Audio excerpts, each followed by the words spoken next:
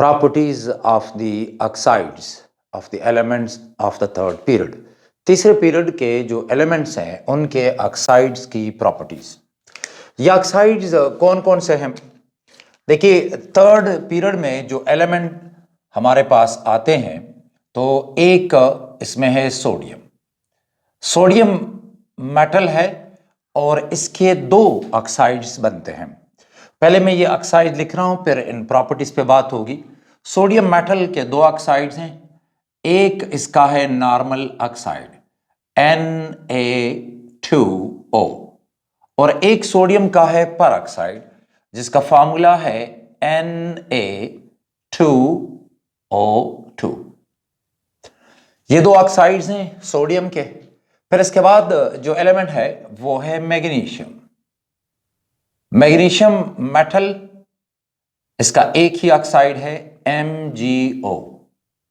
ये इनके फार्मूले हैं। फिर इसके बाद एल्यूमिनियम मेटल है। एल्यूमिनियम का जो ऑक्साइड है वो है Al2O3। इसके बाद फिर सिलिकॉन है। पहले इन की बात हो जाए। जो पहली प्रॉपर्टी है नेचर एंड स्ट्रक्चर। तो ये जो हमारे पास एलिमेंट्स हैं यहां से, यानी सोडियम, मैग्नीशियम, एल्यूमिनियम, इनके जो ऑक्साइड्स हैं वो आयोनिक होते हैं। ये तमाम ऑक्साइड्स आयोनिक हैं और जायंट क्रिस्टल बनाते हैं। जायंट क्रिस्टल लाइक सोडियम, जैसे सोडियम क्लोराइड आप ले लें, उसी तरह के बड़े क्रिस्टल होते हैं। चूंकि आयोनिक कंपाउंड है तो सोडियम के जो ऑक्साइड्स हैं, मैग्नीशियम और इस तरह एल्यूमिनियम के ऑक्साइड्स, ये तमाम आयोनिक क्रिस्टल बनाते हैं। जायंट क्रिस्टल होते हैं इनके। इसके बाद सिलिकॉन है। तो ये तो इनके आयोनिक हैं और जायंट क्रिस्टल हैं। जायंट क्रिस्टल यानी बड़े आएंगे, बड़ा स्ट्रक्चर होता है इनका और यहां से लेके ये इनका रेंज है। इस तरीके से आप इसे याद रख सकते हैं। इसके बाद फिर एक मेटलाइड है सिलिकॉन। सिलिकॉन का जो ऑक्साइड है वो है SiO2। तो ये हमारे पास है SiO2। सिलिका जो है तो ये एक कोवेलेंट ऑक्साइड है। ये मेटल्स थे, ये मेटलाइड है और सिलिका जो है तो वो कोवेलेंट स्ट्रक्चर रखता है। याद रखिएगा कि ये भी जायंट स्ट्रक्चर होता है, लेकिन यह है कि आयनिक नहीं है। ये थ्रू आउट इसमें कोवेलेंट बॉन्डिंग होती है। जायंट स्ट्रक्चर इसका भी होता है और जायंट जैसे सैंड है, रेत वगैरह, तो उस तरह, लेकिन ये कोवेलेंट स्ट्रक्चर है, इनका आयनिक है। इसके बाद फिर सिलिकॉन के बाद फिर हमारे पास मौजूद है फास्फोरस है। ठीक है जी, फास्फोरस। फास्फोरस के नॉन मेटल है। फास्फोरस के दो ऑक्साइड्स आते हैं। एक है P2O3 कम ऑक्सीजन की मौजूदगी में और दूसरा जो ऑक्साइड है वो है P2O5। जब ऑक्सीजन एक्सेस में होगी तो ये दोनों बनेंगे। फास्फोरस के बाद फिर हमारे पास एक नॉन मेटल सल्फर और उसके भी दो ऑक्साइड होते हैं। एक है सल्फर डाइऑक्साइड, एक है सल्फर ट्राइऑक्साइड और ये दोनों मॉलिक्यूलर हैं। ये फास्फोरस के दोनों ऑक्साइड्स, सल्फर के दोनों ऑक्साइड्स और इसके बाद फिर क्लोरीन है तो उसके ऑक्साइड, ये तमाम मॉलिक्यूलर ऑक्साइड्स हैं। तो देखिए ये हमारे पास है आखिरी, फिर इन पर डिस्कशन थोड़ी सी हो। क्लोरीन के बहुत सारे ऑक्साइड्स बनते हैं। यह डिपेंड करता है कि ऑक्सीजन की मौजूदगी जो कंसंट्रेशन है वो कितनी है। तो इस वक्त मैंने इसके दो ऑक्साइड्स का यहां पे जिक्र करना है। एक है क्लोरीन का मोनो ऑक्साइड और एक है क्लोरीन का हेप्टा ऑक्साइड यानी Cl2O7। ये अच्छा, अब ये जो ऑक्साइड्स हैं ये तमाम यहां से लेके यहां तक ये तमाम मॉलिक्यूलर ऑक्साइड्स होते हैं। इनके क्रिस्टल भी मॉलिक्यूलर ही होंगे, मॉलिक्यूलर होते हैं ये अपने नेचर में। तो यहां से लेके यहां तक ये सारे ऑक्साइड जो हैं ये मॉलिक्यूलर हैं। तो ये इनका नेचर हो गया। और इसके बाद फिर इनके जो मेल्टिंग पॉइंट्स हैं और बॉइलिंग पॉइंट्स हैं उन पे बात हो। तो देखिए मेल्टिंग पॉइंट पिछले लेक्चर्स में हमने डिस्कस किया कि ये वो टेम्परेचर है कि जिस पे एक सॉलिड जो है वो लिक्विड में कन्वर्ट होता है जब आप इसे हीट करते हैं, और बॉइलिंग पॉइंट एक ऐसा टेम्परेचर है कि जिस पे एक लिक्विड जो होता है तो वो गैसियस स्टेट में चला जाता है। तो हम इनके मेल्टिंग पॉइंट और बॉइलिंग पॉइंट की थोड़ी सी बात कर लेते हैं। देख लीजिए यहां पर हम लेते हैं सोडियम ऑक्साइड।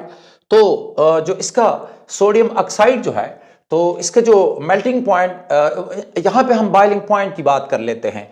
देख लीजिएगा कि यहां पे हम बात कर लेते हैं boiling point, because boiling point ज्यादा अच्छा मेजर करता है जो फोर्सेस ऑफ अट्रैक्शंस हैं तो वो।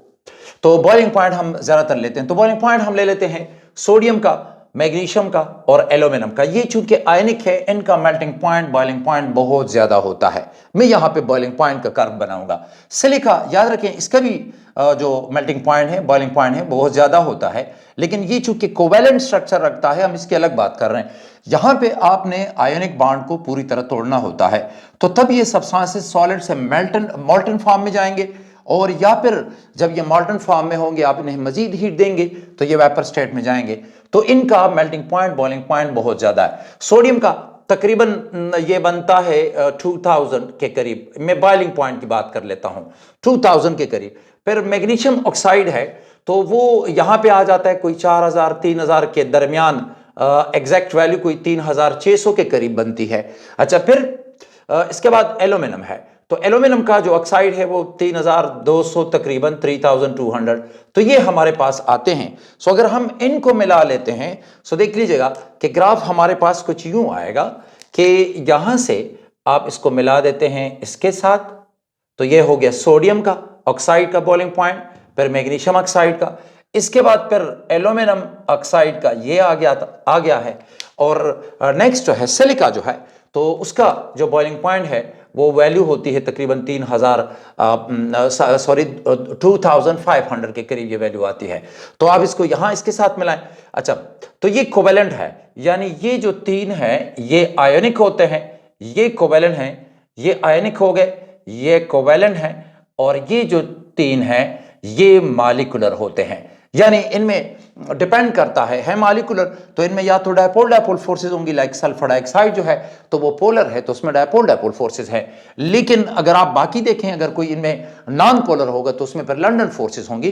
तो अच्छा, तो हमारे पास जो है सिलिका का ये बॉइलिंग पॉइंट आता है। फिर फास्फोरस पेंटॉक्साइड एक सॉलिड है और उसका बॉइलिंग पॉइंट जो है वो तकरीबन 500 के करीब आ जाता है, तो ये वैल्यू है। और सल्फर डाइऑक्साइड याद रखें मास तो बड़ा कम है, मोलर मास 32 64, लेकिन ये पोलर है तो इसका बॉइलिंग पॉइंट तकरीबन 0 के करीब है। अच्छा, क्लोरीन हेप्टाक्साइड ये एक लिक्विड है, क्लोरीन हेप्टाक्साइड, और इसमें पोलैरिटी कोई ऐसी नहीं है, तो लिहाजा इसका जो बॉइलिंग पॉइंट है वो सल्फर डाइऑक्साइड यानी 0 उससे भी ये कम पड़ जाता है, नेगेटिव में चला जाता है। सो हमारे पास जो ग्राफ आता है देख लीजिएगा, तो ग्राफ कुछ ऐसे आएगा, ये यहां तक और फिर ये यहां पे सल्फर डाइऑक्साइड, और लास्ट में ये देखिएगा कि क्लोरीन हेप्टा ऑक्साइड, तो ये नीचे आता है। ये हमारे पास जो ग्राफ है इन ऑक्साइड्स का तो ये आता है हमारे पास इनका बॉइलिंग पॉइंट। अच्छा, अब आते हैं हम इनकी एक और प्रॉपर्टी की जानिब, और ये प्रॉपर्टी इनकी होती है इलेक्ट्रिकल कंडक्टिविटी। याद रखिएगा कि इनमें से कोई भी इलेक्ट्रिकली कंडक्टिंग नहीं है, कोई करंट नहीं पास करता। Why? Because they are solid. ये आयंस हैं यहां पर, सोडियम ऑक्साइड, मैग्नीशियम ऑक्साइड और एल्यूमिना, इनमें आयंस हैं बट दे आर सॉलिड। अब ये जो चार्ज पार्टिकल हैं जो आयंस हैं they are not capable of motion, हरकत नहीं करते। अच्छा, फिर ये कोवेलेंट है तो इसमें कोई आयंस होते ही नहीं है और ये सारे मॉलिक्यूलर हैं। तुम नॉर्मल स्टेट में they are non conducting material, लेकिन अगर इन आयोनिक क्रिस्टल्स को इनको मेल्ट किया जाए सो फिर ये यानी सोडियम ऑक्साइड, मैग्नीशियम ऑक्साइड और एल्यूमिना मॉल्टन स्टेट में they are good conductor of electricity, और ये जो है ये अपने मॉलिक्यूलर फॉर्म में है ये, और इलेक्ट्रिकली नॉन कंडक्टिंग सब्सटेंसेस हैं। अच्छा, एसिडिक और basic nature of these oxides तो नेक्स्ट लेक्चर।